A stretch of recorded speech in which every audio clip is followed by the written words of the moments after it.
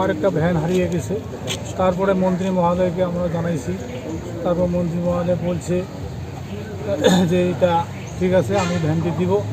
তারপর মন্ত্রী মহোদয় আমাকে উপহার দিয়েছে, এটা আমি খুবই ধন্যবাদ। এবং এখন এই ভ্যানটি দিয়ে আমি আমার ছেলে সন্তান এবং আমার মা সবাইকে কিছু ইনকাম করে খাওয়াইতে পারবো। 8 জন সদস্য, আমি খুব অসহায় হয়ে গেছিলাম যে কিভাবে আমি এই যে 8 জন পরিবারকে আমি কিভাবে চালাবো।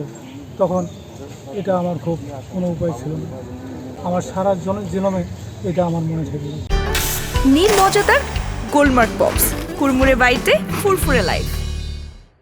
ঈদের দিন জানতে পারলাম যে পাঁচপি ইউনিয়নের সুমুলহাটের এই সনাতন ধর্মী প্রভাত বাবু, তার জীবন জীবিকা চলার জন্য একমাত্র অবলম্বন একটি ভ্যান ছিল।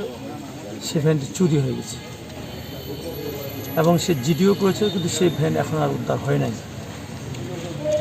এখন সে কীভাবে চলবে, কীভাবে তার সংসার চালাবে এবং তাকে অনাহারে অদ্যাহারে তার সংসার চালাতে হচ্ছে, সেই বিষয়টাই বিবেচনা করেই আমি এই আমাদের প্রভাত বাবুকে তার জীবন জীবিকা সংসার জন্য নির্বিঘ্নে স্বাচ্ছন্দ্যে এবং সমস্ত অবনটন দূর করে যেন সে সংসার চালাতে পারে, তার সন্তান এই আয় দিয়ে তার সন্তানকে পড়ালেখা করাতে পারে এবং তার সুস্থ স্বাভাবিক জীবন যেন সে অতিবাহিত করতে পারে, এই উদ্দেশ্যেই আমার এই ভ্যানটি মানুষটিকে উপহার দেওয়া।